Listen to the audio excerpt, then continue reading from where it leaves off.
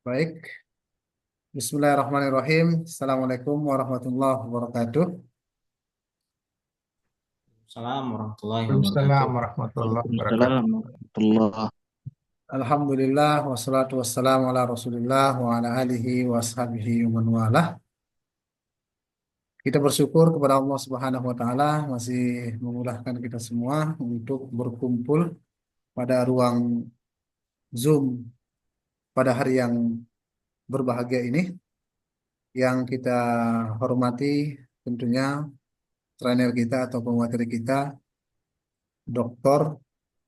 atau Bapak Dr. Dolhuzar MKet PASP PAK ya yang dimuliakan oleh Allah Subhanahu wa taala. Kami sebelumnya berterima kasih kepada Bapak yang telah mau membantu kita ya dan tentunya meluangkan waktunya untuk berjumpa dengan para dai kita, dai Yayasan Ar-Risalah Al-Khairiyah dalam tema tentang kesehatan.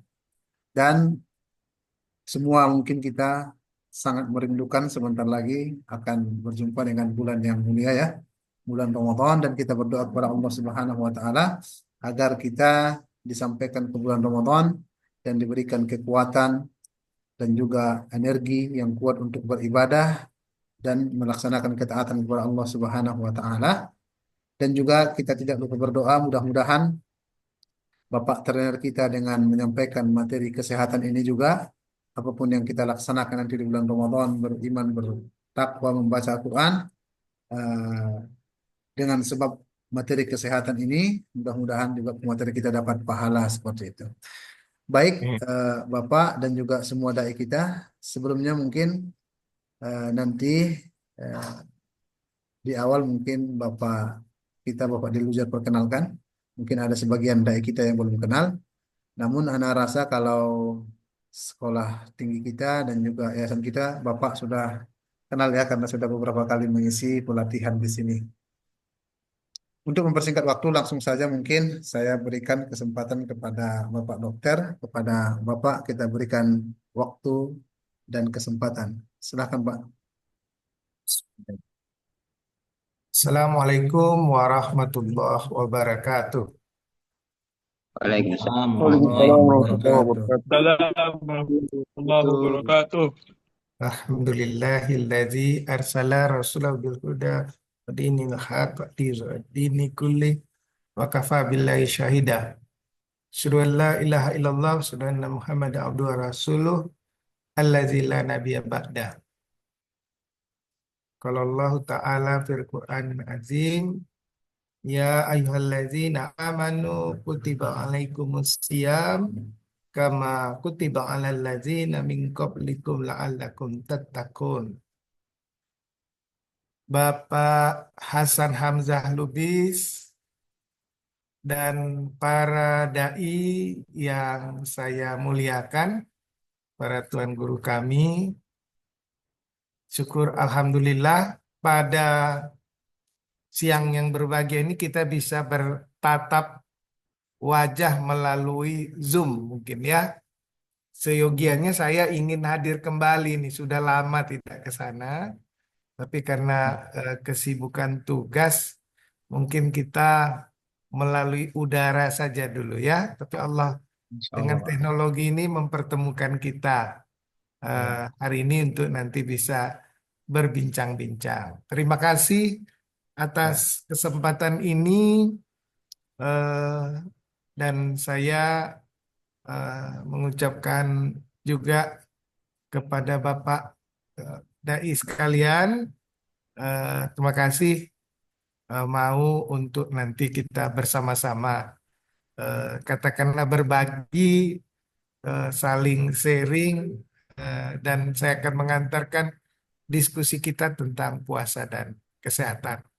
Salawat dan salam kepada Rasulullah Muhammad Sallallahu Alaihi Wasallam yang telah mengantarkan kita dinul Islam sebagai pedoman di dalam seluruh kehidupan kita. Pak Hasan dan para ustadz sekalian, eh, kalau kita melihat bahwa Allah memberikan kita syariat, tentu kita ta'abbud menjalaninya, ya. Tetapi mungkin kita bisa mengkaji beberapa hikmah yang akan membuat kita mungkin menjadi lebih bersemangat, dan mungkin hari ini kita akan juga bercerita tips-tips apa yang akan kita lakukan sehingga pada bulan puasa Ramadan ini kita akan lebih mudah menjalaninya, dan tentu eh, bagi kita semua eh, saum adalah bagian daripada eh, tuntunan yang kalau kita melihat secara umum sebenarnya membuat kita sehat, ya. Nah, dari aspek kesehatan kita melihat bahwa puasa itu ada sesuatu yang fisiologis, ya. Fisiologis, tidak merusak kita, tetapi bahkan membuat kita menjadi lebih sehat. Ah, pertama, tentu puasa ini kalau kita laksanakan dengan sungguh-sungguh, sesuai dengan sunnah Rasul, manfaatnya tidak hanya dari aspek spiritual, tapi positif bagi kesehatan kita. Nah, saya ingin kita berbagi informasi tentang aspek puasa bagi kesehatan. Terlihat ini slide saya, ya, Bapak-bapak. Lihat Ustaz. Lihat, ya. Nah, eh, untuk meningkatkan kesehatan pada bulan puasa Ramadan itu, salah satu manfaatnya adalah sistem pencernaan kita. Jadi pada saat kita berpuasa, sistem pencernaan kita itu tentu tidak banyak eh, masuk input, sehingga kita diberi waktu istirahat. Nah, eh, ini tentu mengurangi risiko gangguan pencernaan seperti gastritis. Gastritis itu adalah peradangan pada lambung, ya, yang banyak ini diderita, apalagi eh, kalau orangnya eh, biasa stres, kemudian juga banyak pikiran, asam lambungnya akan banyak, ya. Tapi kalau kita berpuasa, termasuk mempuasakan pikiran kita secara sungguh-sungguh, maka akan mengurangi gangguan ini. Sehingga banyak orang yang bulan puasa sebenarnya dia lebih sehat lambungnya daripada sebelum puasa, ya. Nah, kemudian sembelit. Nah, jadi salah satu keluhan orang adalah sulit buang air besar, sembelit. Nah, mudah-mudahan dengan puasa hal-hal seperti ini eh, fungsi lambung kita diistirahatkan, dan tentu diremajakan lagi sel-selnya, kita akan menjadi lebih sehat. Nah, pada waktu kita puasa, Ramadan itu kan artinya membakar, ya. Jadi salah satu yang dibakar itu justru secara fisik lemak yang selama ini kita tumpuk ini. Jadi kalau selama ini kita banyak karbohidrat, banyak makan lemak, maka dia didepo di bawah kulit, di berbagai organ kita, sehingga itu bisa mengganggu juga berlebihan seperti itu. Jadi banyak sekali sebenarnya eh, sumber penyakit itu adalah berat badan yang berlebih dan berasal dari lambung. Nah, jadi kalau Rasul itu kan nggak makan berlebihan dia, ya. Ustadz lebih tahu ini. Jadi Quran sendiri mengajarkan itu kan, kulu washrabu wala tusrifu. Makan minum tapi tidak berlebih-lebihan. Nah, begitu juga kalau penyakit metabolik itu banyak sekali disebabkan oleh obesitas, kelebihan berat badan. Sehingga pada waktu kita berpuasa, inputnya sedikit, kita memakai lemak-lemak kita itu, sehingga nanti berat badan kita juga menjadi lebih ideal ya. Nah, karena dipakai, kalau dia tidak ada inputnya dari makanan, lemak itulah yang dipecah menjadi sumber energi kita sewaktu kita berpuasa. Nah, yang kedua, menurunkan berbagai resiko penyakit kronik ya. Jadi tadi sudah saya sebut bahwa penyakit metabolik itu antara lain menimbulkan kadar gula darah yang berlebihan. Nah, sehingga kalau kita berpuasa, maka kadar gula darah kita akan lebih seimbang ya. Jadi tidak berlebihan. Karena kalau kadar gula darah naik terus-terusan tinggi di dalam darah kita, itu yang kita sebut penyakit diabetes. Nah, apa akibatnya? Orang yang tidak mengontrol kadar gula darahnya bisa akan terjadi eh, kebutaan oleh penyakit DM-nya ya. Kita sebut dengan diabetik retinopati. Bisa buta matanya, bisa rusak ginjalnya, yang kita sebut dengan diabetik nefropati. Nah, itu orang jadi cuci darah gara-gara tidak mengatur kadar gula darahnya dengan benar, diabetes. Begitu juga kolesterol. Kolesterol, nanti tekanan darah jadi meningkat. Bahkan yang berlebihan tadi itu akan menimbulkan perlemakan. Perlemakan pada pembuluh darah di jantung yang disebut dengan arteri koroner, satu saat menyempit pembuluh darahnya, nggak ada yang ngasih makan jantungnya, mati jaringan jantungnya, orangnya pun ikut mati juga. Jadi eh, pengaturan kolesterol itu biasanya dengan kita berpuasa tidak terjadi kolesterol yang berlebihan. Begitu juga tekanan darah. Dan semua ini punya peran untuk risiko penyakit jantung, stroke, diabetes tipe 2, dan hipertensi. Nah, tadi tubuh kita juga kalau berpuasa, maka ada proses detoksifikasi menjadi lebih efektif. Jadi racun-racun yang berlebihan di tubuh kita itu dia tidak meningkat dan ini mengeluarkan limbah-limbah metabolisme kita, ya. Nah, kemudian tubuh kita ini bisa terjadi jejas oleh macam-macam dari luar, trauma dari luar. Jejas itu baik dari polusi udara, baik dari berbagai bakteri, atau zat-zat yang memang akan merusak antara lain sel-sel kita. Terjadi yang namanya stres oksidatif sehingga nanti menjadi peradangan ya atau inflamasi. Jadi yang merusak sel-sel kita itu kalau kita berpuasa, maka penyakit-penyakit degeneratif yang hal-hal yang melindungi merusak sel kita akan terlindung dengan kita berpuasa.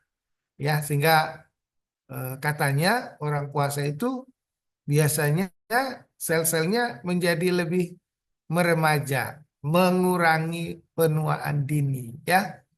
Nah, jadi justru pada saat kita berpuasa sel-selnya bisa digantikan dan yang tadi bisa membuat kita berkurang zat-zat racun tadi itu yang bisa menimbulkan berbagai penyakit.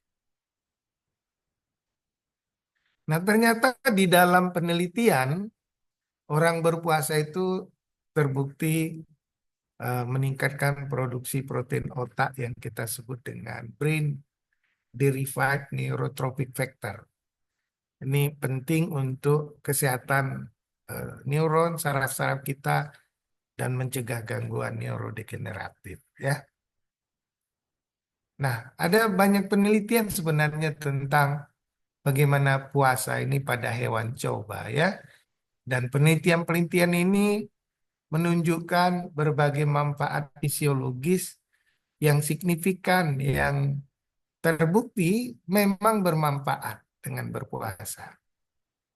Nah, ada beberapa hal yang ingin saya sampaikan dari hasil penelitian ini. Pertama, pada hewan coba terbukti studi pada tikus yang diuji coba menunjukkan bahwa puasa intermittent, puasa yang jadi sekarang mungkin Bapak Ibu Ustadz pernah dengar untuk mengatur berat badan itu istilah orang apa namanya, orang awam itu puasa intermittent. Jadi makan, habis itu tak boleh makan selama 16 jam misalnya, habis itu makan lagi. Nah, sehingga dia mengatur dietnya cuman sekitar 16 jam. Itu pada orang untuk kesehatan. Padahal itu kan kita laksanakan. Kalau orang puasanya Senin Kamis, kalau orang berpuasa teratur dalam hidupnya, sebenarnya dibuktikan adanya sensitivitas insulin. Jadi insulin itu adalah hormon di tubuh kita yang memasukkan gula darah itu ke dalam jaringan kita. Sehingga dia menurunkan kadar gula darah. Dan ini akan mengurangi diabetes tipe 2 ya. Nah, jadi ini terbukti pada hewan coba. Sehingga ini tentu pada manusia juga terjadi. Nah, kemudian penelitian juga mendapatkan bahwa puasa itu pada hewan coba membantu meningkatkan mekanisme otopagi. Jadi seorang profesor dari Jepang itu mendapat hadiah Nobel ketika dia meneliti bahwa saat puasa itu sel-sel itu dirangsang untuk memakan zat-zat atau sel yang rusak, zat-zat sampah-sampah di tubuh kita. Sehingga ini diteliti memang bermanfaat ya. Nah, sehingga ada penyakit-penyakit saraf neurodegeneratif seperti Alzheimer, orangnya pikun, lupa dia siapa namanya pun. Kalau dia pergi dari rumah sulit pulang kembali karena udah lupa dia rumahnya di mana ya. Begitu juga Parkinson, itu penyakit gangguan saraf sehingga dia menjadi tremor ya, jadi tangannya pun gemetaran ya, ada gerakan-gerakan yang tidak diinginkan terjadi. Nah, ini ternyata pada hewan coba terbukti ya. Dan ini telah diteliti juga pada manusia. Nah, kemudian diteliti pada kelompok 2 hewan coba ya. Nah, tikus menjalani diet seperti puasa intermittent, jadi dia dipuasakan sekian lama, kita banding dengan kelompok tikus yang tidak dipuasakan, maka lebih tahan terhadap infeksi, punya kekebalan lebih kuat pada hewan coba yang puasa. Begitu gak distreskan dia lebih bertahan adalah yang berpuasa. Jadi memperlambat proses penuaan, menurunkan tadi kita sebut stres oksidatif dan inflamasi. Itu bukan hanya teori-teori, tapi dicobakan ya, diuji coba dengan penelitian. Tadi juga sudah kita sebut bahwa mengatur berat badan kita. Ternyata pada tikus itu diteliti puasa juga terbukti efektif mengurangi lemak tubuh tanpa kehilangan massa ototnya. Jadi orangnya beratnya eh, berkurang, tapi lemaknya, sedangkan massa ototnya itu tetap. Justru kekuatan kita itu di massa ototnya, bukan di lemaknya. Kalau lemak itu kita jadi lembek. Nah, jadi karena tubuh kita menggunakan lemak sebagai sumber energi selama kita berpuasa tadi. Nah, begitu juga pengurangan risiko kanker ya. Jadi penelitian menunjukkan bahwa puasa itu dapat memperlambat pertumbuhan tumor pada tikus, terutama dengan mengurangi kadar faktor pertumbuhan seperti IGF-1, insulin-like growth factor yang akan mengurangi resiko kanker. Nah, begitu juga pada hewan coba diteliti, nah, terjadi perbaikan fungsi otak. Ya, jadi tadi brain derived neurotrophic factor itu dicoba itu pada hewan dan membantu regenerasi neuron dan melindungi otak dari kerusakan. Nah, ini banyak contoh-contoh penelitian, misalnya penelitian Madson et al. Tikus yang dipuasakan secara teratur menunjukkan peningkatan resistensi atau kekebalan terhadap penyakit neurodegeneratif dan stres oksidatif. Ini nggak Islam ini Pak penelitinya, tentu lebih objektif ya. Begitu juga longo dan panda. Ini membuktikan bahwa puasa intermiten pada tikus dapat menginduksi pertumbuhan sel puncak. Jadi peremajaan sel-sel kita khususnya setelah terjadinya kerusakan jaringan. Jadi ini dasar untuk penelitian pada manusia dan tentu ini dipakai sekarang untuk intervensi kesehatan.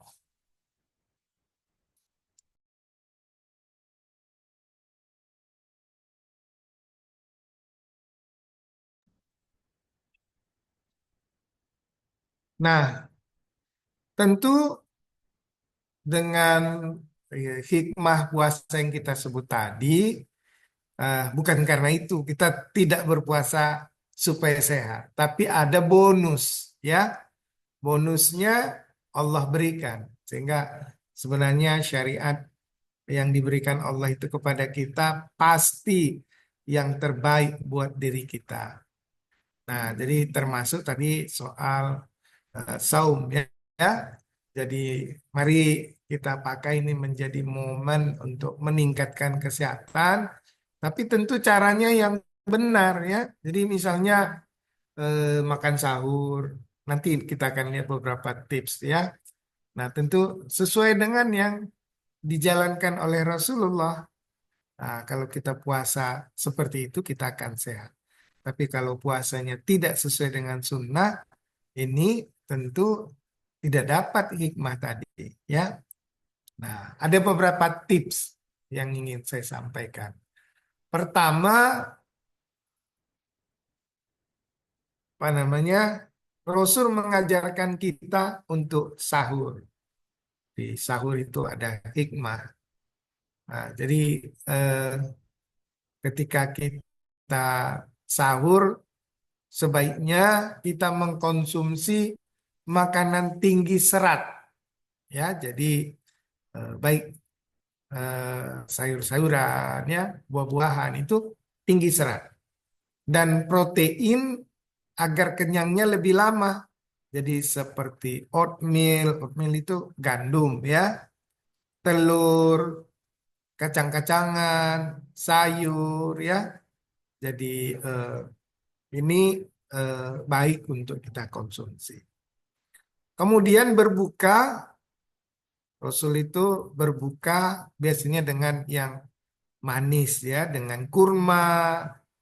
Nah, kenapa kurma? Kurma itu adalah eh, atau teh manis misalnya itu adalah gula yang bentuknya sederhana, disakarida, mudah dicerna langsung. Jadi kalau orang eh, terkatung-katung di lautan itu nggak langsung dikasih makan itu. itu dikasih air gula dulu karena mudah dicerna. Kurma juga itu terdiri dari glukosa dan fruktosa ya. Air putih untuk mengembalikan energi. Jadi jangan langsung makan berat. Nah, makan ringan dulu baru habis itu kita sholat nanti baru makan yang kedua ya. Nah, lalu kita makan makanan yang bergizi seimbang sebaiknya. Jadi karbohidrat yang kompleks. Ada orang makan roti gandum. Kalau kita makan nasi, apalagi nasi merah itu bagus ya karena eh, kalau di kampung-kampung kan eh, apa namanya nasinya nasi merah itu karena masih ditumbuk pakai lesu, pakai kalau di kampung kami itu pakai kincir ya. Nah, jadi itu eh, apa namanya eh, sangat baik karena di dalamnya vitamin B1-nya dan lain-lain masih lengkap. Maka sekarang orang menjual mahal model nasi yang di kampung-kampung itu. Jadi beras merah mahal, di plaza mahal. Padahal itu sebenarnya kembali ke alam itu, ya. Kemudian protein, ya tergantung kesanggupan kita. Nah, tempe tahu pun tinggi proteinnya, bukan hanya daging atau ikan, ya. Kemudian ini yang perlu kita ingatkan juga, sebenarnya yang makannya lengkap itu bagusnya waktu sahur. Kalau kita kan enggak, makan satu meja habis itu pada waktu berbuka. Padahal itu kan nanti kita mau ibadah, nanti kita bawa tidur. Padahal kalau sahurnya yang makanannya lengkap, ada sayur, ada buah, itu kan mau kita pakai untuk bekerja. Nah, jadi ini padahal kan nggak perlu macam-macam kalau sudah lapar, semua nikmat itu. Jadi salah satu kenikmatan itu kan pada waktu kita berbuka, walaupun dengan sederhana. Nah itu ya.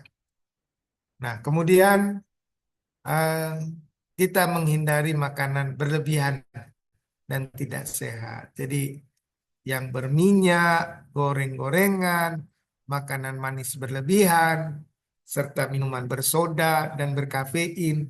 Ini mudah membuat kita haus ya. Nah, apalagi orang yang terlatih minum kopi. Wah, bulan puasa berat ya. Karena otaknya harus dirangsang dulu dengan kopi. Apalagi merokok pula lagi ya kan.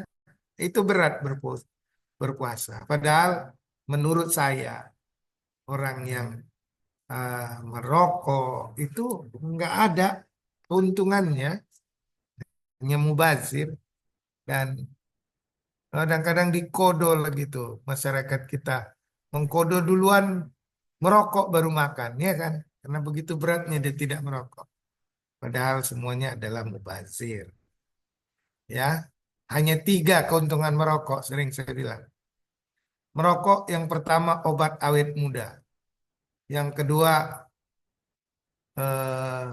apa namanya anti maling yang ketiga obat nyamuk karena kalau orang sudah merokok kena kanker paru-paru awet muda lah nggak sempat tuh udah mati duluan atau batuk-batuk terus kena bronkitis pencuri nggak berani masuk karena dia nggak tidur-tidur. Nah, ada racun lebih dari 400 bagi para perokok itu. Dan itu nyamuk nggak berani dekat. Tapi begitu di luar puasa balik lagi hal-hal yang tidak baik seperti ini. Kemudian selama berpuasa bagusnya kita minum air yang cukup ya. Jadi terbaik itu minum 8 gelas air per hari. 2 gelas waktu berbuka, 4 gelas antara berbuka dan sahur ya. Nah, kemudian 2 gelas saat kita sahur. Ini cukup. Nah, sebenarnya ketika berpuasa juga bagus untuk kita olahraga ringan ya. Jadi jalan kaki itu banyak khasiatnya. Stretching atau apa namanya ini eh, melatih otot-otot kita setelah berbuka atau sebelum sahur supaya kita tetap bugar. Kemudian tentu perlu mengatur juga istirahat yang cukup ya supaya tubuh kita segar dan tidak mudah lelah. Tapi ini bisa diatur ya sedemikian rupa. Nah, kemudian yang penting sebenarnya makanya ini ada puasa awam, ada puasa yang sudah khusus ya kan, yang tidak hanya mempuasakan lambungnya, perutnya, tapi mempuasakan pikirannya. Kemudian dia dengan beribadah banyak biasanya akan lebih tenang ya, menghindari stres. Kalau kita itu stres, asam lambung terbentuk banyak, orang sakit lambung. Kalau stres, maka hormon-hormon tertentu dilepaskan, orangnya menjadi sakit karena epinefrin dan lain semua ini. Tapi orang yang tenang, hormonnya adalah hormon yang baik, endorfin yang membuat orang menjadi lebih sehat. Makanya sebenarnya di bulan puasa, kalau orangnya menjadi lebih meningkat imannya, menghindari stres dia, maka hidupnya lebih sehat. Nah, jadi bukan hanya sehat mental, tapi sebenarnya juga sehat secara fisik yang kita dapatkan, ya. Jadi eh, lebih banyak merenung, lebih banyak beribadah. Itu justru mendapatkan dua-duanya, sehat fisik dan mental. Maka kalau ini kita lakukan, tubuh akan tetap sehat dan bertenaga selama menjalani puasa. Ya, ini mungkin pengantar diskusi kita. Semoga puasa kita bisa lancar dan Allah memberikan kita kekuatan, kita bisa melaksanakan puasa tahun ini dengan baik. Demikian, wallahu alam bisawab. Assalamualaikum warahmatullahi wabarakatuh. Waalaikumsalam. Waalaikumsalam warahmatullahi wabarakatuh. Baik, kita ucapkan terima kasih kepada pemateri kita, Bapak Dr. Dalyuza. Semoga yang disampaikan bermanfaat untuk kita semua. Selanjutnya kita buka tanya jawab ya. Kita utamakan yang angkat tangan ini Ustadz Miswal Kiram Saragi. Silakan Ustadz. Bismillah. Assalamualaikum warahmatullahi wabarakatuh. Waalaikumsalam warahmatullahi wabarakatuh. Jazakumullah khair, Pak Dokter dan Dokter. Semoga tips dan ilmunya bermanfaat untuk kami para dai. Jadi kan gini, Pak. Kita kan terkadang pembahasan di lapangan itu sebagai seorang dai ngebahas tentang fikih puasa. Nah, dari pertanyaan-pertanyaan para jamaah itu tersinggunglah masalah kesehatan gitu. Nah, di antaranya itu bagaimana bagi orang yang punya penyakit lambung akut untuk berpuasa nantinya, apa tipsnya, apa sarannya kan gitu. Nah, ini kan bukan di bidang kita Pak Dokter kan. Nah, itu yang pertama. Terus yang kedua, secara pandangan medis dan kesehatan, gimana itu Pak Dokter tentang wanita yang minum pil untuk mencegah haid selama bulan Ramadan agar dia bisa full berpuasa Ramadan. Nah, itu aja mungkin. Jazakumullah khair Pak. Semoga bermanfaat untuk kita semua. Terima kasih Ustadz Miswal. Eh, jadi banyak orang yang meminta saran soal boleh puasa atau tidak ke dokter yang non-muslim. Kalau itu jawabannya selalu, oh udah nggak usah puasa, kan boleh nggak puasa. Padahal salah satu yang memang menjadi persoalan eh, adalah eh, orangnya stres, orangnya banyak pikiran. Inilah Ustaz sering bilang penyakit SMS itu kan susah melihat orang senang, senang melihat orang susah. Nah kalau seperti itu tentu puasanya menjadi lebih membaikkan dia untuk terhindar dari asam lambungnya berlebihan. Jadi pikiran banyak membuat asam lambung berlebihan, kumat mahnya. Tapi kalau pikirannya lebih baik, qanaah, bersyukur dalam waktu berpuasa, beribadah dengan baik, bisa malah mah yang tertentu, janganlah pula sampai mahnya udah berdarah-darah ya. Nah, kalau mah biasa-biasa justru menyembuhkannya.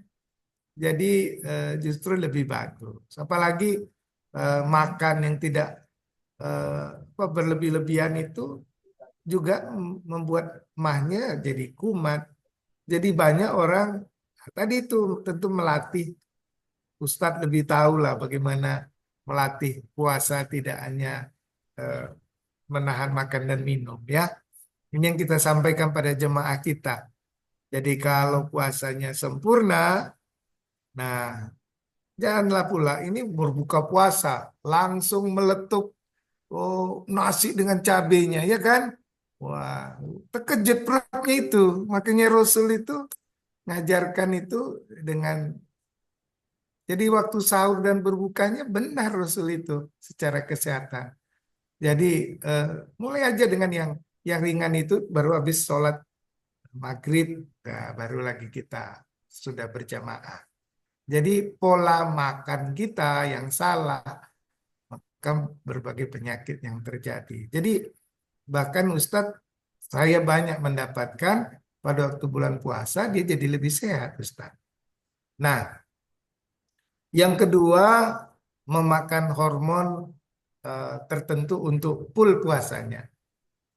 Saya pikir kalau Allah udah kasih keringanan, nggak usahlah dimodifikasi lagi ya.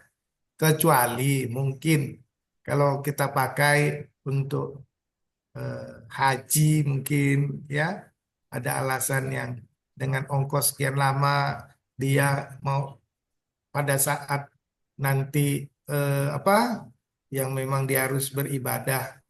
Nah, kalau bulan puasa kan bisa digantikan di hari lain ya. Karena memakai hormon itu pun tak boleh sembarangan. Harus betul-betul ditentukan oleh dokter karena ada hormon-hormon tertentu bisa merangsang kankernya ya. Jadi kalau ada darah tinggi, kalau ada benjolan, kalau ada risiko untuk berbagai penyakit tertentu, tak boleh hormon itu dipakai sembarangan. Jadi hormon replacement terapi itu dipakai dengan sesuatu yang harus anu ketat dari dokter. Jadi tak baiklah kita secara kesehatan memaksakan diri dengan eh, makan hormon supaya kita bisa berpuasa penuh ya. Alami aja sudah dikasihkan Allah buat kita. Ya, begitu Ustadz Miswal. Makasih. Jadi saya berharap materi kita hari ini bukan hanya buat kita ini, tapi buat jemaah kita yang penting ya. Harus kita sosialisasikan juga. Ini seperti ketuk tular ini. Diskusi kita di sini, tapi ini sampai ke jemaah kita semua. Makasih Ustaz. Terima kasih pada Pak Dokter yang telah menjawab pertanyaan. Kita buka kembali pertanyaan dari Ustadz-Ustadz dan juga para dai kita. Yang mau bertanya langsung silahkan. Yang mau bentuk pesan singkat juga silahkan. Ya, Ustadz Satria Budi ya, angkat tangan silahkan Ustadz. Assalamualaikum Pak Ustadz. Waalaikumsalam warahmatullahi wabarakatuh. Saya mau bertanya Pak Ustadz. Terkadang kan ada orang yang tidurnya terlalu lama, kemudian nggak sempat tuh Pak Ustadz untuk sahur. Tiba-tiba bangun udah pagi misalnya kan, udah nggak bisa sahur lagi. Itu mengganggu kesehatan lambung atau organ yang lain atau enggak tuh Pak Ustadz? Itu pertanyaan Pak Ustadz. Ya, makasih. Jadi Ustadz, saya mengalami puasa waktu di Amerika ya. Itu lama sekali puasanya. Dan untuk teman-teman kita di negara-negara tertentu, itu puasanya tidak seperti kita ini Ustadz Satria. justru lebih lama dan mereka pun sehat. Artinya kalau buka puasanya dia, kemudian dia terpaksa harus berpuasa karena ketiduran, sebenarnya masih dalam taraf apalah ya, masih dalam taraf bisa dihadapi oleh tubuh kita, ya. Jadi nggak alasan juga karena tidak sahur dia eh, tidak bisa puasa. Tetapi tentu dengan niat yang kuat, insya Allah sebenarnya kita bisa tahan itu kan. Sorenya kita makan juga. Tapi yang terbaik tentu harus dengan sahur. Nah, itu. Ini kan hal-hal yang darurat. Jadi terbaik tentu kita sahur ya. Nah, itu yang mungkin perlu bagi kita ada hikmah di balik itu eh, membuat kita bisa menjadi lebih sehat lagi. Tapi ini yang selalu saya ingatkan. Kita ini kuali ini. Makan banyaknya pada waktu berbuka.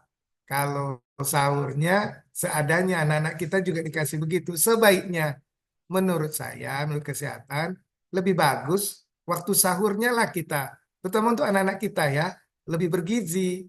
Kalau untuk berbukanya kan nanti udah semuanya enak itu dengan berpuasa dan ditambah dengan sering berlebihan padahal untuk ibadah dan tidur saja.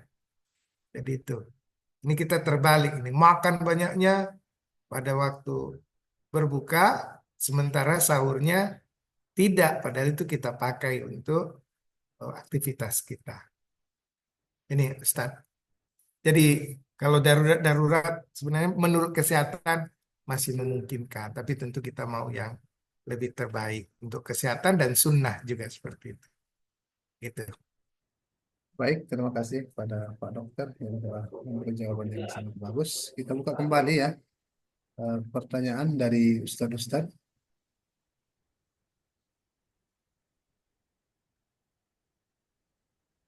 Silakan, Ustadz.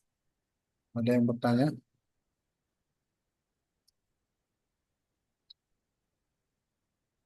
Jadi usul saya ini eh, para ustadz kita ini, saya kebetulan sekarang wakil ketua pimpinan daerah Muhammadiyah. Saya di Dewan Dakwah ya.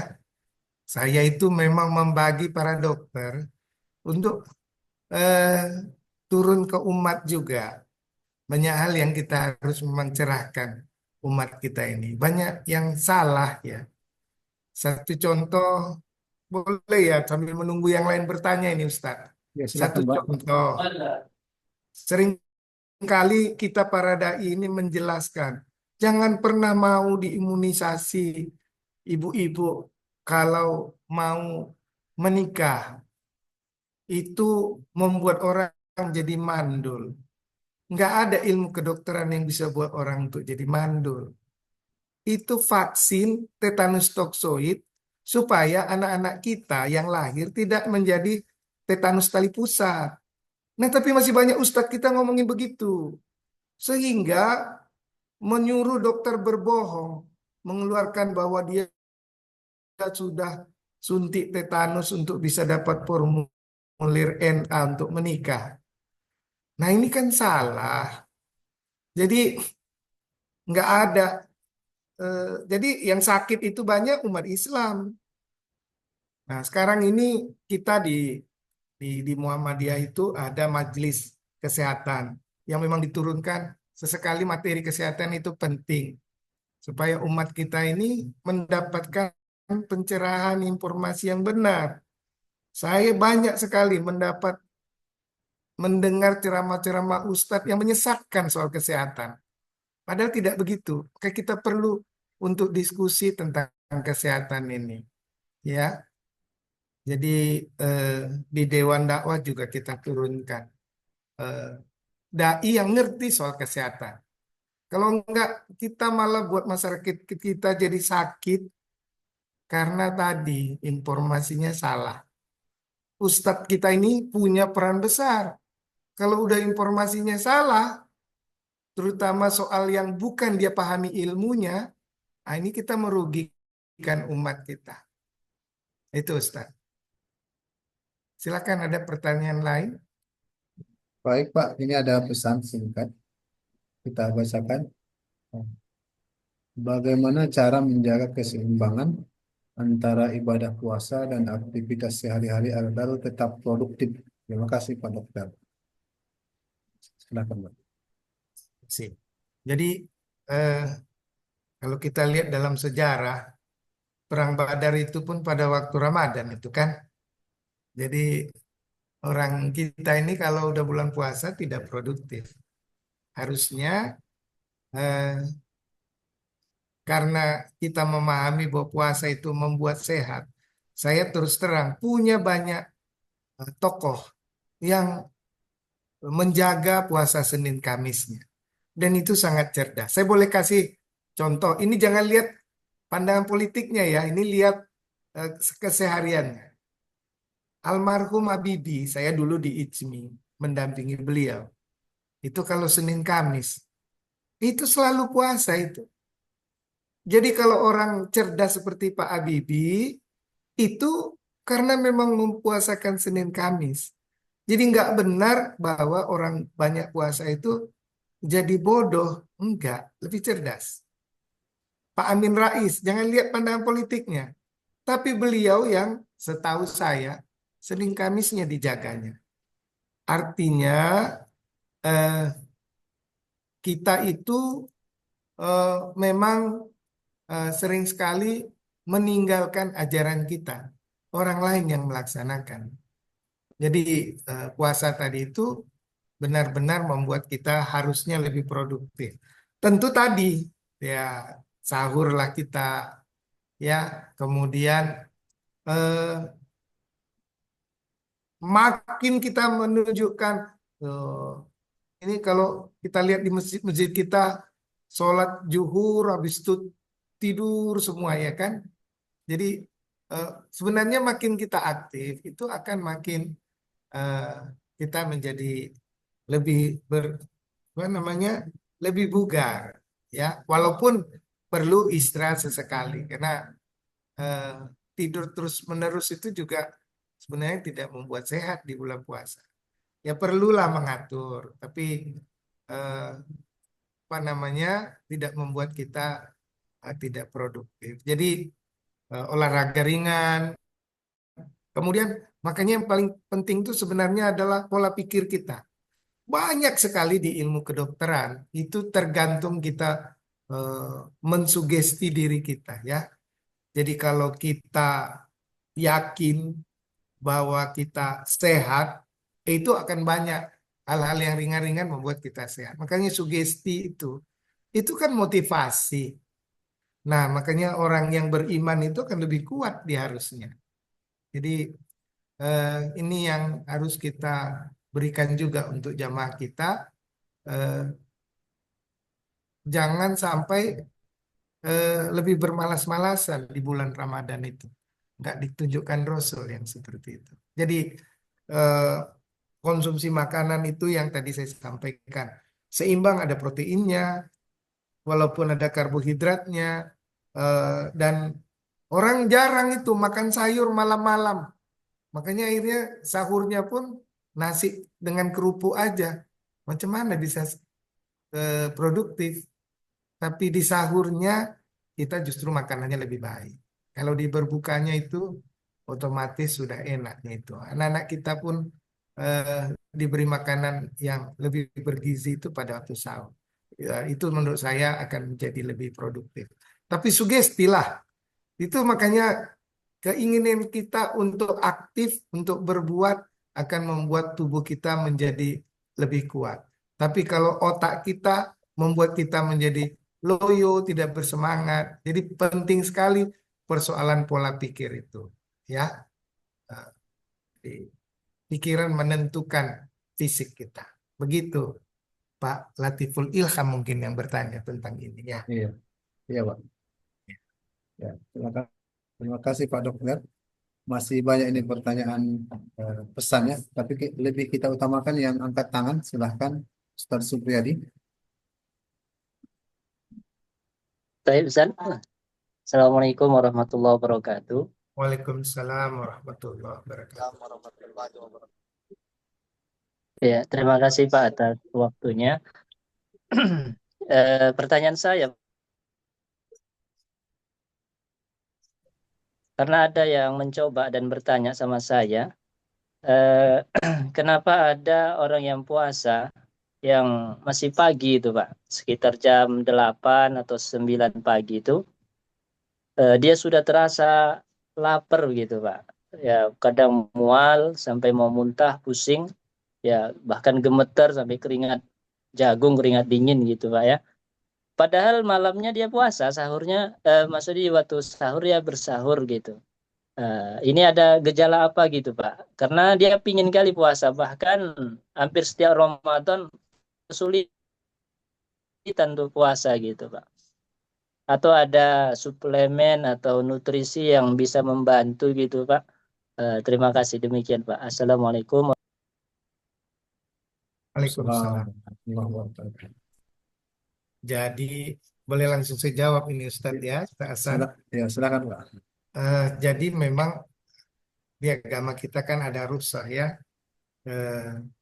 Misalnya kalau orangnya memang diabetes yang sampai dia membutuhkan apa namanya ya, membutuhkan gula pada waktu-waktu tertentu dan karena dia makan obat gula sehingga dia menjadi lebih sulit puasa, maka ini ada perbedaan-perbedaan tentang siapa yang terpaksa tidak puasa, siapa yang boleh puasa. Itu eh, memang eh, penyakit-penyakit tertentu itu, tapi diskusinya dengan dokter yang memahami dan dokter yang juga mengerti dengan syariat saum ini.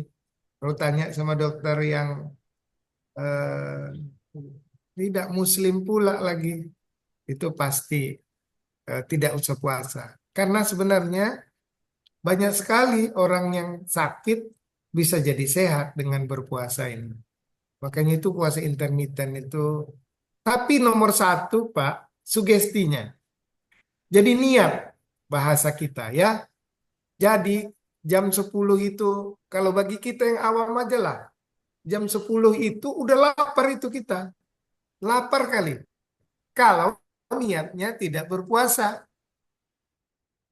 Tapi kalau niatnya berpuasa, ingat pun tidak kita bahwa kita belum makan jam 10. Maka sugesti kita, niat itu menentukan sekali. Itu eh, di banyak penelitian, maka banyak orang yang kecuali sakit ya, kecuali sakit. Tapi orang yang sehat itu biasanya akan lebih bertahan dia untuk tidak makan. Orang yang sugestinya kuat, kalau dia niatnya kuat, insya Allah tidak ada masalah. Tapi kalau uh, nah, untuk yang tidak bisa tadi itu, periksakan diri dulu ke dokter. Mungkin ada hal-hal yang memang dia gangguan pada lambungnya berat sehingga tak boleh kosong perut. Ini, tapi betul-betul ditanya dengan dokter yang mengerti lah ya, sehingga jangan nanti cepat-cepat saja memfatwakan boleh tidak puasa. Padahal sebenarnya kalau dia berpuasa lebih baik. Boleh ya. Ya, nanti ditanya. Dikonsultasikan dengan dokter. Dokter nanti akan memberikan arahan apakah memang dia harus tidak puasa. Tapi sebagian besar yang kita dapatkan itu kalau puasanya benar-benar dengan niat yang kuat, banyak yang nggak sanggup jadi sanggup, ya. Gitu. Lagi-lagi saya menekankan soal niat. Eh, Kecuali hal-hal yang memang sudah berat, maka Allah memberikan kepada kita keringan. Begitu, Pak. Baik, terima kasih. Ada Pak Dokter untuk nutrisi atau suplemen ke dokter Pak ya. Kalau suplemen itu, Pak, bagi kita yang makannya cukup, sebenarnya suplemen itu kan cuma menambah ya. Orang yang makan gizi seimbang, kalau belum tua atau tidak menderita penyakit kronik, suplemen tambahan itu kadang-kadang nggak perlu, ya. Kalau makanan kita cukup di sana. Tapi kalau ada yang penyakit kronik, eh, anak-anak yang sedang tumbuh kembang, orang tua yang memang sudah terjadi gangguan pencernaan atau asupannya kurang, nah itu perlu suplemen. Tapi kalau kita yang biasa-biasa, yang masih produktif lah, masih muda ini, enggak perlu kali suplemen dari konsumsi yang kita makan, biasanya udah cukup. Terima kasih pada Pak Dokter. Kemudian kita kembalikan pertanyaan kepada Husein Raja ini, angkat tangannya. Silahkan, Ustaz Husein. Oh iya, izin bertanya Pak Dokter Ya, ke silakan. mm, mengenai apa namanya komposisi sahur. Ya, Sebagaimana yang dikatakan oleh Pak Dokter, sebaiknya tatkala sahur kita memaksimalkan komposisi yang kita konsumsi ya. sehingga bisa lebih produktif Hmm. di saat berpuasa. Jadi adalah komposisi paling minimal yang harus bisa dikonsumsi pada saat sahur agar dapat lebih produktif di saat berpuasa itu setidaknya seperti apa, dokter? Hmm. Ya, baik. Pertanyaan bagus ya Pak Husin ya. Jadi bagusnya makanannya itu mengandung tadi karbohidrat. Nasi kita lah. Satu piring nasi sebenarnya sudah cukup ya. Kemudian eh, harus ada proteinnya. Tadi kan karbohidrat, harus ada proteinnya. Proteinnya tadi itu minimal 2 potong tempe, ada eh, atau tahu ya. Nah, eh, dan ikan lebih bagus. Nah, jadi ada protein juga di sana. Nah, kemudian eh, yang kita butuhkan juga vitamin mineralnya. Itu kita dapatkan pada buah dan sayur. Jadi jangan seperti kebiasaan orang kita. Kalau sahur nggak makan sayur gitu. Atau kalau dapat buah, buahnya dimakan sekali makan, habis itu nggak lagi dapat buah. Nah, maunya ada buah yang kita makan pada waktu sahur itu, ya. Jadi eh, itu sudah cukup. Nah, sehingga eh, dulu kita sebut 4 sehat 5 sempurna itu, ya kan? Nah, sebenarnya dengan makanan seimbang, ada karbohidratnya dengan nasi, ada proteinnya pada ikan-ikanan, atau tak ada ikan, tahu tempe secukupnya, ditambah dengan ada sayur dan buah yang udah kita tahu ini semua. Dengan itu udah cukup lah untuk kebugaran kita. Karena sel-sel kita yang rusak itu digantikan oleh. Tapi berapa banyak karbohidrat yang kita makan tergantung pekerjaan kita. Jadi kalau banyak memakai pikiran, karbohidratnya tidak banyak. Tapi kalau pakai tenaganya banyak, mungkin dia perlu nggak cukup dengan 1 piring nasi. Ini yang kita atur sebenarnya aktivitas kita. Jadi aktivitas yang membutuhkan tenaga otot, tentu karbohidratnya lebih banyak.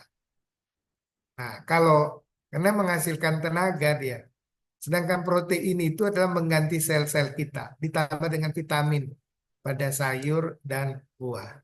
Ada mineral yang tak bisa digantikan, kecuali kita dapatkan lewat sayur. Ya, jadi itu dia yang disebut makanan seimbang. Kalau komposisinya tak perlu banyak karbohidrat. Kalau kerjanya ya maaf, ada yang harus fisik, bawa beca dan lain-lain, itu karbohidratnya memang harus lebih tinggi. Tergantung aktivitas kita. Banyak orang yang banyak makan karbohidrat, tapi aktivitasnya kecil sehingga jadi disimpan. Itulah dia menjadi lemak yang kita simpan di bawah otot kita.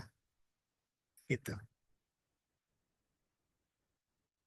Jadi saya tidak menyebut ukuran-ukurannya, tergantung aktivitas. Ya Pak ya, Baik, Pak. Boleh bertanya lagi, Dok? silakan Silakan. melalui Pak Hasan. Silakan langsung, Pak Ustadz. Baik. Kalau seandainya rutinitas olahraga yang biasa kita lakukan cukup berat, dokter, contoh kayak ada yang rutinitas olahraganya angkat berat, atau rutinitas olahraganya kardio, atau lain sebagainya, apakah tetap bisa dilakukan di saat-saat berpuasa tersebut? Ya. Jadi memang ini kan tergantung ya, tergantung. Kalau atlet-atlet itu tinggal mengatur komposisinya mereka. Jadi kalau dia tadi saya sebut aktivitas fisiknya tinggi, karbohidrat dan proteinnya lebih tinggi. Kalau kita mungkin makannya 1 telur aja, kan dia butuh 6 telur karena memang dipakainya. Nah, yang masalah itu kita mengkonsumsi banyak, yang dipakainya sedikit, jadi tersimpan. Nah, jadi tergantung dan eh, eh, apa ya? Saya sebut aja kulit angkut misalnya. Dia harus coba dulu dengan komposisi karbohidrat dan protein tinggi. Kalau memang terlalu besar sekali anunya, tapi saya melihat banyak olahragawan, atlet itu masih bisa berpuasa atas asal mengatur dietnya. Tapi memang kalau berat sekali, nah ini kembalilah syar'i mengajarkan kita untuk ada rukhsah di balik itu. Tapi jangan belum apa-apa ambil keringanannya, padahal sebenarnya sanggup mengatur komposisi itulah ya. Jadi kalau dia atlet pasti proteinnya butuh tinggi juga di samping karbohidrat. Ya kalau kita lihat Aderai makannya 10 telur gitu.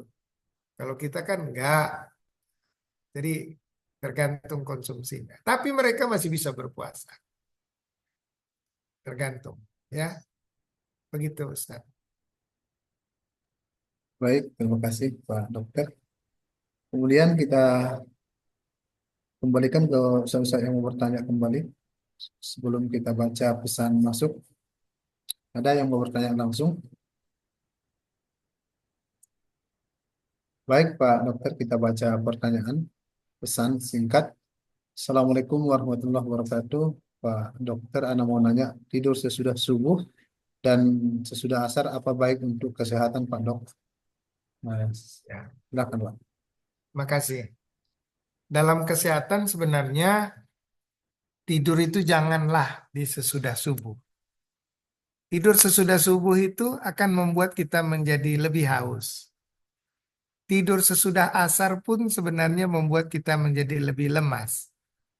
Kalau mau tidur juga antara zuhur dengan asar, itu jauh lebih bagus.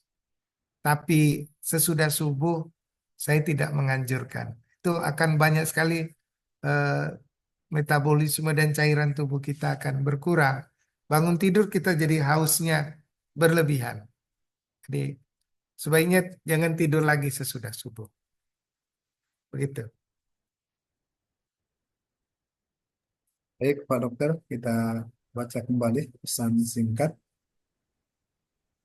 Bismillah, bagaimana menjaga tubuh agar tetap fit ketika puasa walaupun kerja keras seperti tukang bangunan atau bekerja lapangan yang butuh tenaga ekstra. Ini kayaknya sudah terjawab tadi Pak Dokter ya. Sudah. Kemudian kita baca kembali, Pak Dokter, mohon izin bertanya masalah suntik titanus yang akan dilakukan saat akan menikah, apakah memiliki perbedaan dengan yang dilakukan tatkala sekolah dasar? Silakan. Pak. Jadi kan kita ini tinggi tetanusnya. Tetanus itu adalah penyakit kalau sudah kena, orangnya akan jegang-jegang dan dia akan lumpuh otot pernapasannya dalam keadaan tetap sadar. Dan biasanya pasien meninggal dengan keadaan yang gagal pernapasan ya, dengan kejang-kejang. Dan itu cukup tinggi di negara kita. Sehingga memang kita harus mencari cakupannya lebih luas lagi. Kapan itu sebaiknya dilakukan? Pada pasangan usia subur. Makanya itu dipakailah salah satu caranya itu menjelang menikah. Kemudian pada saat ibu hamil, ya. Lalu pada saat di sekolah. Tapi sebenarnya waktu di posyandu itu kita udah dapat tetanusnya, namanya DPT, difteri, pertusis, dan tetanus. Nah, jadi eh, kita ini banyak penyakit menular terjadi antara lain karena kita para ustadz ini menakut-nakuti jamaah kita, jangan pernah mau diimunisasi. Itu satu contoh eh, daerah yang tidak dapat imunisasi itu penyakitnya tinggi, penyakit infeksi. Dan itu problem kita sekarang. Sehingga anak-anak kita memang harus kita suruh. Nanti Bapak lihat di Arab Saudi, itu bagus itu vaksinasinya. Jadi eh, kita harus memang mengingatkan bahwa usaha untuk sehat itu adalah kewajiban kita untuk anak-anak kita, untuk keluarga kita. Ya, makanya informasi harus betul-betul kita pelajari eh, sehingga kita tidak beri informasi yang salah. Gitu ya. Jadi anak sekolah yang palingan itu sebenarnya bukan tetanus Pak, yang ada campak ya. Nah, sesudah luka pun kita dikasih anti tetanus sebenarnya. Jadi ATS, anti tetanus serum, itu adalah eh, bukan vaksin lagi, tapi adalah antibodi yang dimasukkan yang sudah jadi antibodi.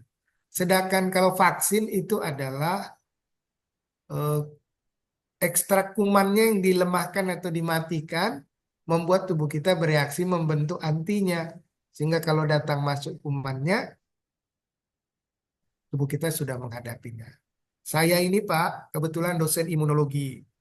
Ya, jadi eh, sistem imun tubuh kita kebetulan bidang saya, sehingga eh, saya selalu mengingatkan kepada masyarakat kita untuk meningkatkan kekebalan itu salah satunya memang dengan vaksinasi. Ya, demikian Bapak sekalian, Pak Ustadz. Baik, terima kasih Pak. Ada pertanyaan langsung sebelum kita baca kembali pertanyaan pesan singkat. Baik Pak, kita baca saja langsung ya pertanyaan yang selanjutnya.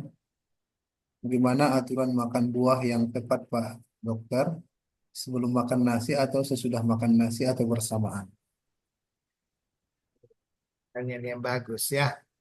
Kalau kita buah itu untuk cuci mulut, maksudnya habis makan baru kita makan buah. Sebenarnya yang bagus itu sebelum makan dia appetite stimulan namanya, merangsang nafsu makan kita. Jadi eh, tapi janganlah pula buahnya dimakan yang kecut, yang asam kali ketika perut kosong. Tapi bagus sebenarnya makan buah itu eh, sebelum makan. Ya sesudah makan pun tak apa-apa juga lah. Yang penting makan buahnya. Tapi memang kalau di negara-negara lain orangnya makan buah dulu baru makan. Kalau kita memang sudah terbiasa. Terserah yang mana saja. Yang penting makan buahnya. Gitu. Baik Pak Dok, kita baca kembali pertanyaan. Ini agak panjang nih Pak Dok. Ya. Pada saat Ramadan banyak orang yang menggunakan malamnya untuk ibadah sampai ada yang begadang tidur di atas jam 12 dan bangun jam 4 pagi. Sedangkan menurut ilmu medis bahwa anjuran tidur adalah 7 sampai 8 jam. Apakah itu berbahaya dan apakah bisa digantikan kekurangan tidur setelah subuh? Misalnya malam kita hanya tidur 4 jam, terus apakah boleh diganti habis subuh sampai jam 10 pagi? apakah itu termasuk hitungan tubuh? Hitungan tubuh sesudah tidur sebanyak 7 jam atau 8 jam? Ya, baik. 7 sampai 8 jam itu sebenarnya adalah anjuran kalau memang itu kita tidak ada hal-hal yang lain. Padahal nggak mungkin dilakukan buat orang yang bekerja malam, misalnya kan. Jadi itu tetap bisa digantikan dengan siang. Kemudian begitu juga eh, untuk yang ibadah malam banyak bisa digantikan ditambah dengan mungkin sesudah zuhur ya. Nah, tapi sebaiknya sebenarnya eh, apa namanya? Tidaklah angka pasti itu 7-8 jam, tergantung kebutuhan sebenarnya ya. Saya malah nggak pernah 7 sampai 8 jam. Nah, karena saya malam memanfaatkan ya untuk ibadah dan lain-lain. Jadi, tapi kalau memang nggak ada lagi hal yang penting, tapi sayang juga lah bulan Ramadan itu kita isi cuma dengan tidur kan, sementara anjurnya ibadah. Tak masalah sebenarnya. Jadi itu adalah angka yang tidak angka patok pasti harus 7-8 jam. Tergantung kebutuhan kita.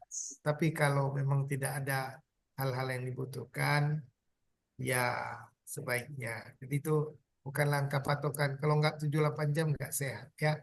Tergantung kita mengaturnya. Kurang di malam, bisa ditambah di siang. Gitu. Tapi jangan sesudah subuh. Saya tidak menganjurkan sesudah subuh untuk kita tidur. Itu berat untuk puasanya juga nanti. Gitu, Ustaz. Baik, Pak. Eh, ada pertanyaan lagi dari yang bisa disingkat. Assalamualaikum, Pak Dokter. Baiknya minum langsung setelah makan atau ditunggu beberapa menit? Iya. Eh, kalau minum dengan makan ini ya tidak ada masalah sebenarnya ya. Cuman eh, apa namanya mulailah berbukanya yang saya mau menganjurkan. Mulai jangan yang berat dulu ya. Sebaiknya jangan nasi dulu, yang manis dulu, buah dulu atau kolak dulu atau apa dulu. Habis itu baru karena mudah dicerna. Apalagi kalau pedas pula kan, itu ke belakang lah kita nanti. Terkejut perutnya, sulit untuk sholat jamaah maghribnya. Nah, jadi itu Ustaz. Baik, Pak. Terima kasih. Kemudian ada pertanyaan kembali, Dok, apakah minum obat herbal berlebihan? Minum obat herbal berlebihan bisa memberikan efek. Contoh minum habatus soda 15 butir per hari. Ya, herbal itu kan sangat tergantung komposisinya apa. Jadi kalau herbal itu perlu banyak penelitian ya, karena sebagian itu sudah ada riset-risetnya sehingga ada dosis yang kita butuhkan. Jadi sebaiknya memang dengan dosis yang tepat juga, karena bagaimanapun itu akan. Tapi biasanya dosis yang herbal ini tidak seketat obat-obat yang eh, kimiawi ya. Nah, tapi tetap juga kita mengatur sesuai dengan aturannya. Apalagi sekarang eh, banyak juga jamu diisi pakai obat kimia di dalamnya. Nah, dia bilang herbal, sehingga nanti kalau ada kortikosteroid dimakan berlebihan bisa bocor usus kita. Nah, itu. Jadi tetap sebaiknya mengikuti aturan yang ada. Begitu. Baik, Pak. Terima kasih. Kita buka kembali pertanyaan dari Ustaz-Ustaz. Kita masih ada waktu 15 menit lagi. Kira-kira pertanyaan, kalau tidak saya bertanya, Pak Dok. Ya, silakan.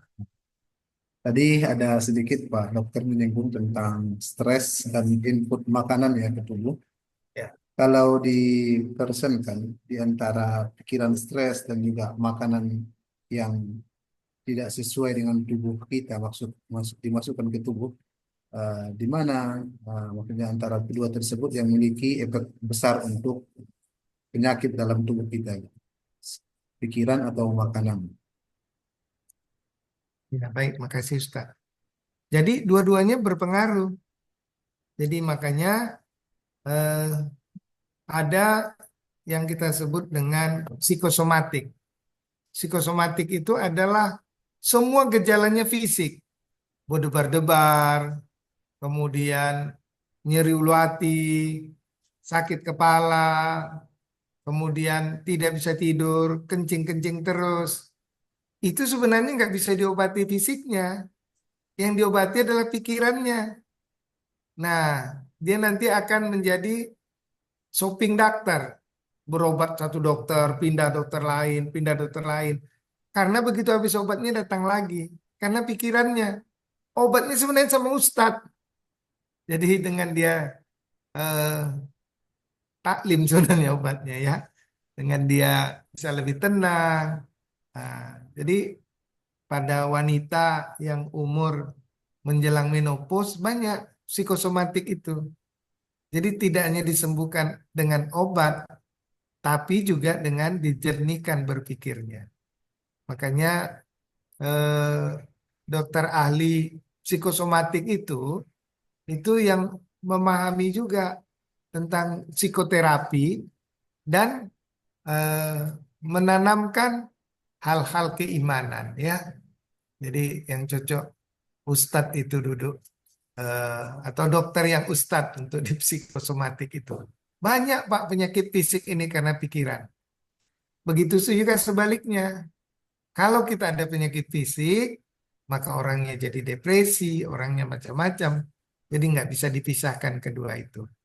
Nah, jadi eh, apa namanya proses pola pikir kita, kesehatan mental kita, yang itu mungkin di tangan ustadz di sana banyak, ya, eh, konselor ya, untuk bisa eh, membuat kita menjadi sehat. Ditambah dengan tadi asupan makanan yang juga seimbang dan baik. Jadi keduanya menentukan, Pak. Ya, jadi orang nggak bisa cuma diobati fisiknya tanpa mentalnya, tanpa jiwanya, tanpa pola pikir. Maka disitulah peran daripada dokter eh, mental ini. Jadi para ustadz menentukan. Orang kalau seimbang hidupnya, qanaah, bersyukur, itu akan sehat. Tapi kalau orang eh, hidupnya eh, selalu stres, merasa kurang terus, tak pernah bersyukur, mengeluh terus, itu akan jadi pasien dokter. Padahal sebenarnya itu pasien ustadz yang seperti itu. Nah, itu yang bisa saya sampaikan. Terima Baik, kasih. terima kasih Pak. Ada pertanyaan lain dari Ustadz? Afwan Ustaz, Ustaz. Ya, silahkan. Sandra. Syukur Ustaz. Maaf, Pak, mohon pencerahannya sedikit mengenai obat ini. Ya, Putus silakan Ustaz. Mik antum nggak hidup itu, Ustaz Putra. Silakan hidup. Halo? Ya, Ya, apakah silakan. mohon pencerahannya dokter, kami yang awam-awam ini tahunya kalau obat kimia itu cuma menidurkan gitu, tidak mengobati. Apakah benar ini? Mohon pencerahannya sedikit dok. Baik. Obat kimia itu adalah obat yang diproduksi dulunya itu berasal dari tanaman. Tapi kemudian banyak yang dari apa namanya ini, dari sintetis dan lain sebagainya. Saya perlu ingatkan kepada Bapak Ibu sekalian bahwa jamu herbal yang tidak langsung berefek sebenarnya tidak menghasilkan khasiat langsung. Jadi kalau mau kita sebut habatus saudah, apakah itu herbal? Pada keadaan tertentu, dia tidak lagi sebagai herbal, tapi sebagai obat. Karena beberapa penyakit bisa diobati. Nah, sedangkan pengobatan yang jamu, misalnya kita sebutlah jamu, itu dia tidak cespleng, tapi itu dikonsumsi berlama-lama membuat sistem kekebalan di tubuh kita, membuat kita menjadi lebih bugar, akhirnya kita menjadi lebih sehat. Kalau ada jamu yang langsung menghilangkan linu-linu, periksa jamunya. Pasti itu dimasukkan dengan kortikosteroid, penghilang rasa sakit. Sehingga saya dulu direktur LP Pomui, ya. Ketika saya jadi direktur LP Pomui Medan, kita mendapatkan banyak juga obat-obat kimia itu dimasukkan ke jamu misalnya. Sehingga berbahaya jadinya. Karena jamu bisa orang tidak pakai dosis, suka-suka, sementara obat itu ada dosisnya. Nah, jadi inilah antara obat, jamu, herbal, apa namanya, sekarang ini kan banyak juga jamu yang sudah diteliti, sehingga dia menjadi obat. Ya, jadi ada fitofarmaka misalnya yang sudah diteliti. Jadi saya ini sebagai seorang dosen memimpin banyak penelitian disertasi doktor dari mahasiswa saya. Itu banyak penelitian-penelitian tentang herbal, tentang obat-obat alami yang justru banyak sekali khasiatnya. Kita ini banyak sekali obat-obat alami yang bisa didapat dari alam, kalau diteliti justru khasiatnya bagus, ya. Sayang penelitian tentang itu yang belum kita lakukan. Itu ya Pak ya.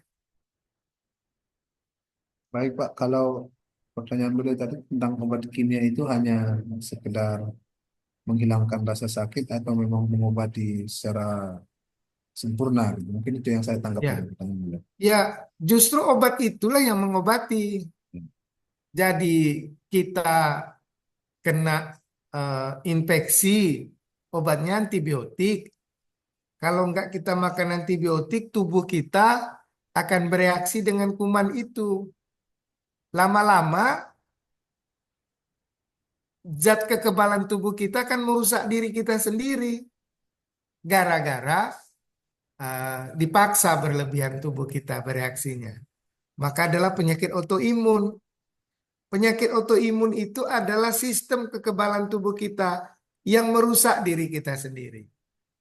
Jadi bukan berarti semua sistem kekebalan itu bisa membuat kita sehat. Jadi orang alergi itu kena kekebalan.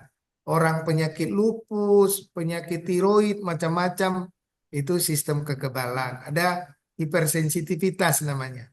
Kekebalan yang berlebihan yang merusak tubuh kita. Jadi makanya itu kalau ada kuman harus makan antibiotik. Jangan dipaksa tubuh kita menyerangnya sendiri. Ada saatnya justru dia akan menyerang tubuh kita sendiri yang disebut dengan penyakit autoimun. Kalau kita rasa nyeri, ya ada obat nyeri. Kalau jantungnya nggak teratur, harus makan obat jantung. Kalau orang sakit gula, harus makan obat gula. Jadi yang racun itu bagaimana? Kita ini udah jelas nih, sakit gula, kita makan minum banyak air gula, minum teh manis, itu namanya menzolimi diri sendiri. Jadi teh manis saja bisa jadi racun. Buat orang yang berpenyakit gula, buat orang lain jadi obat.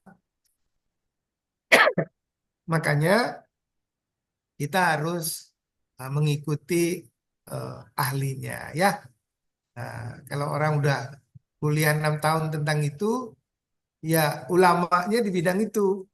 Nah, jangan kita pandai-pandaian sendiri. Gitu juga kan, kalau kita nggak bidang kita eh, menerapkan hukum, Nah, nanti salah. Nah, jadi berikan pada ahlinya. Demikian. Jadi obat itu sudah diberikan Allah kepada para pakar berdasarkan penelitian, berdasarkan evidence base namanya, yang sudah puluhan tahun diteliti orang, kita ikuti. Itu yang namanya obat. Jadi bukan hanya untuk menidurkan ya. Obat itu semua, bisa antibiotik, bisa obat penghilang rasa sakit, bisa obat menurunkan gula darah, bisa menaikkan gula darah, bisa menurunkan tensi, dan itu semua obat ya. Begitu Bapak. Baik, terima kasih kepada Pak Dokter Terima yang kasih, telah Dok. menjawab ya pertanyaannya. Pertanyaan Ustaz Putra ya, yang terakhir ini ya, yang terakhir yang sangat bagus, Insya Allah. Dan juga kita ucapkan terima kasih kepada Bapak Dokter dan Rizal yang telah menyempatkan waktunya untuk membersamai kita pada pelatihan kesehatan ini. Sebelum kita tutup, kita akan foto bersama terlebih dahulu Pak Dokter. Jadi kita harapkan kepada semua peserta untuk menghidupkan videonya ya.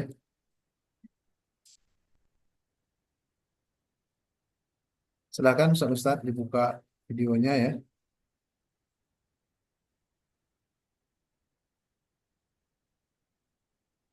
Silakan. Lembaran atau sheet pertama semua sudah, Alhamdulillah senyum. Senyum semua ya. Mari kita ambil. 1, 2, sebentar. Akbar Anan silahkan senyum dulu. Oke. 1, 2, 3. Tahan senyumnya. Baik. Lembar kedua. Lembar kedua masih banyak yang belum mengaktifkan ini.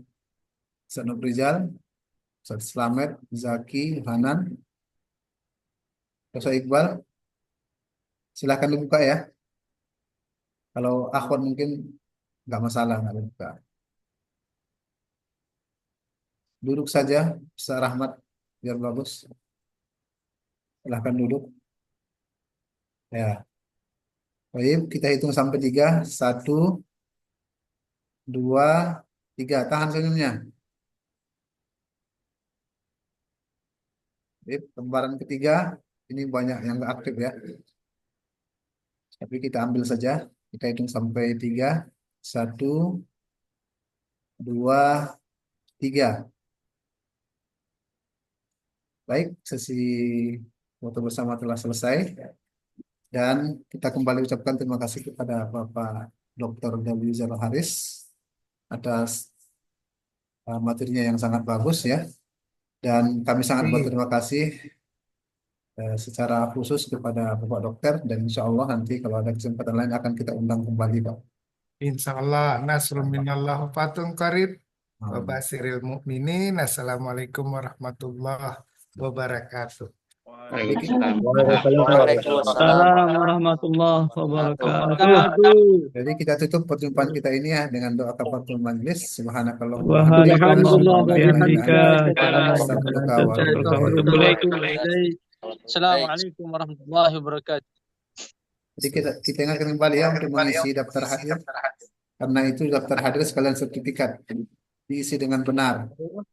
Karena namanya itu sesuai dengan yang antum isi. Nama pada sertifikat sesuai dengan nama yang kita isi ya. Syukron. Gimana?